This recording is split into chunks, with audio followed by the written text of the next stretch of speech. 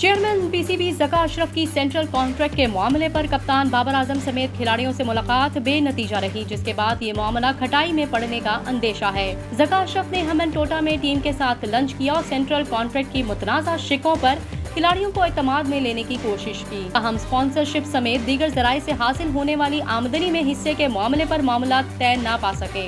इस मौका पर खिताब में chairman PCB management committee Zaka Ashraf ने कहा कि बाबर आजम की क़यादत में टीम अच्छा परफॉर्म कर रही है। हमारे पास वर्ल्ड क्लास बॉलर्स और बैटर्स हैं।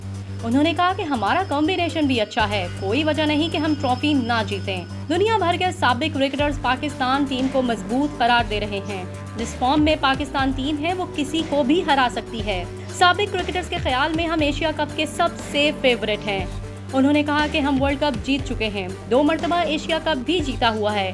हमें इसकी वजह कोई दिखाई नहीं देती कि हम दोबारा नहीं जीत सकते। मैदान में अपना बेहतरीन खेल पेश करें, नेक ख्वाहिशात आपके साथ हैं। चेयरमैन ज़का अशरफ के मुताबिक मुझे बड़ी उम्मीद है कि आपकी कोशिश और मेहनत से पाकिस्तान एशिया कप जीतेगा। मुझे यकीन है कि आप इस मोमेंटम और एतमाद के साथ वर्ल्ड कप में शिरकत करेंगे और वर्ल्ड कप ट्रॉफी को वतन वापस लाएंगे। वाज़ेह रहे कि ज़का अशरफ श्रीलंकन क्रिकेट बोर्ड की दावत पर लंका प्रीमियर लीग का फाइनल देखने श्रीलंका गए थे, जहां कौमी टीम अफगानिस्तान के खिलाफ 3 एक रोज़ा मैचों की सीरीज के लिए मौजूद है। पाकिस्तान अफगान वनडे सीरीज का आगाज 22 अगस्त से हो रहा है।